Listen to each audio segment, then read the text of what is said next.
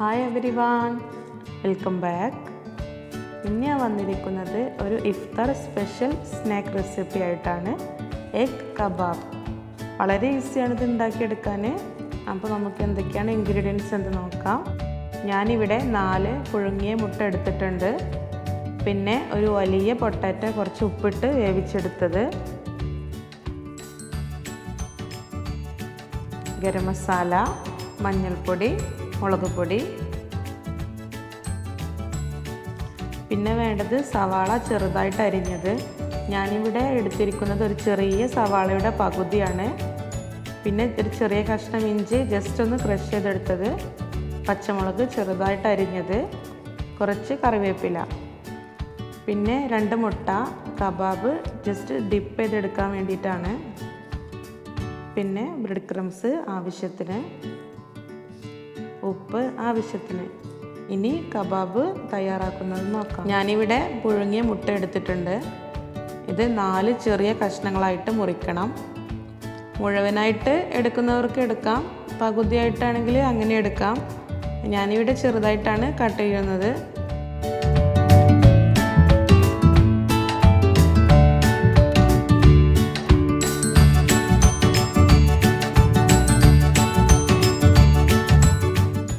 ഇനി വേവിച്ചെടുത്ത ഉരുളക്കിഴങ്ങ് നന്നായിട്ട് ഉടച്ചെടുക്കണം.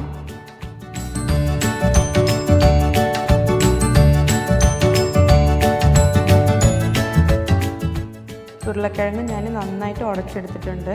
ഇനി ഇതിലേക്ക് ചെറുതായിട്ട് അരിഞ്ഞ സവാള ഇട്ട് കൊടുക്കുക.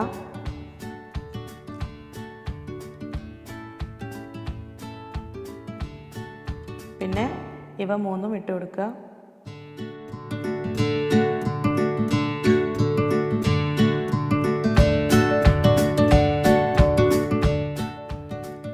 ഇതിലേക്ക് 1.5 ടീസ്പൂൺ മുളക് പൊടി, 1 ടീസ്പൂൺ മഞ്ഞൾപ്പൊടി,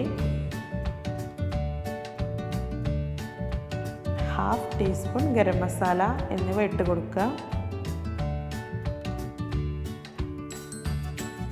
പിന്നെ ഉപ്പ് ആവശ്യത്തിന് ഇട്ട് കൊടുക്കുക. ഉരുളക്കിഴങ്ങിൽ മുമ്പ് കുറച്ച് ഉപ്പിട്ടിട്ടാണ് വേവിച്ചെടുത്തത്, അപ്പോൾ അത് നോക്കിയിട്ട് വേണം ഉപ്പിട്ട് കൊടുക്കാൻ. ഇനി നന്നായിട്ട് കുഴച്ചെടുക്കുക.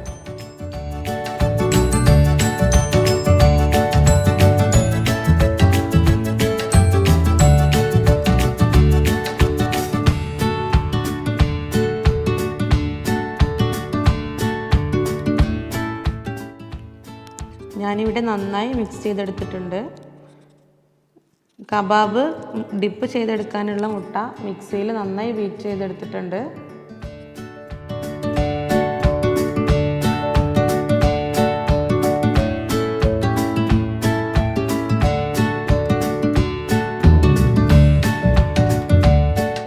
ഇനി നമുക്ക് കബാബ് ഉണ്ടാക്കാൻ തുടങ്ങാം.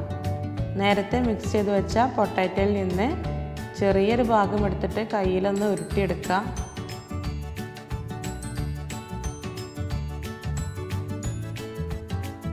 നമ്മൾ നേരത്തെ കട്ട് ചെയ്ത് വെച്ച മുട്ടയാണത്. ഇതൊന്ന് കയ്യിൽ വെച്ചിട്ട് പരത്തിയെടുക്കുക.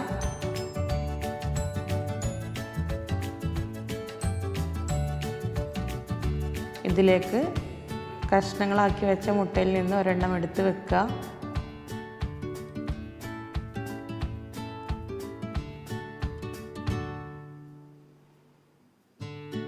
എന്നിട്ട് പൊട്ടാറ്റോ കൊണ്ട് നന്നായിട്ട് കവർ ചെയ്യുക.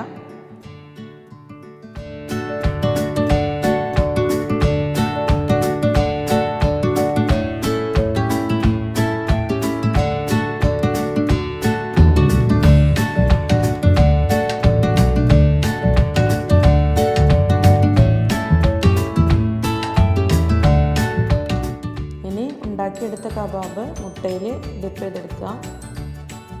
അതിനുശേഷം ബ്രെഡ് ക്രംസ് കൊണ്ട് കോട്ട് ചെയ്യുക. ഇനി ഇത് മാറ്റി വയ്ക്കാം.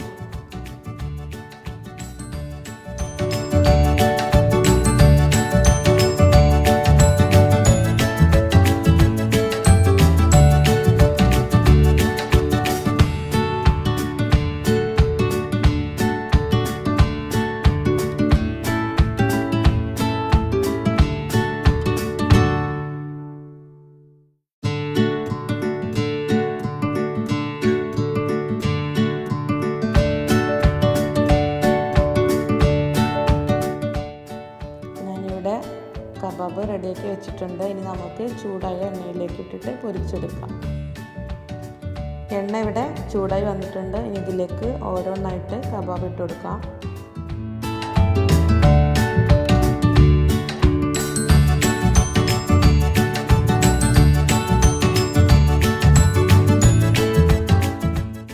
ഇടയ്ക്ക് ഞാനൊന്ന് മറിച്ചിട്ട് കൊടുക്കുന്നുണ്ട്.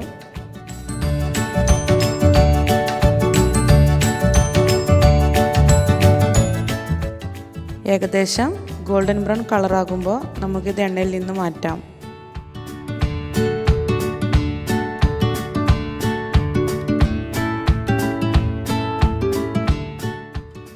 നമ്മൾ കബാബ് മുട്ടയിൽ ഡിപ്പ് ചെയ്തെടുത്തുകൊണ്ടാണ് ഓയിൽ ഇങ്ങനെ പതഞ്ഞു വരുന്നത്.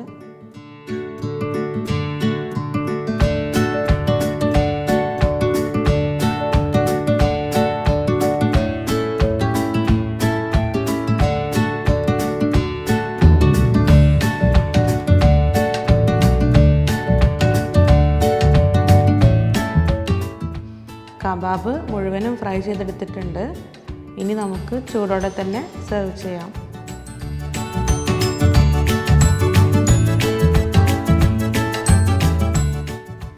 ഇന്നത്തെ വീഡിയോ എല്ലാവർക്കും ഇഷ്ടമായെന്ന് വിചാരിക്കുന്നു. എല്ലാവരും ട്രൈ ചെയ്ത് നോക്കണം. ശേഷം ഫീഡ്ബാക്ക് അറിയിക്കാൻ മറക്കരുത്. വീണ്ടും അടുത്ത വീഡിയോയിൽ കാണാം. Till then bye.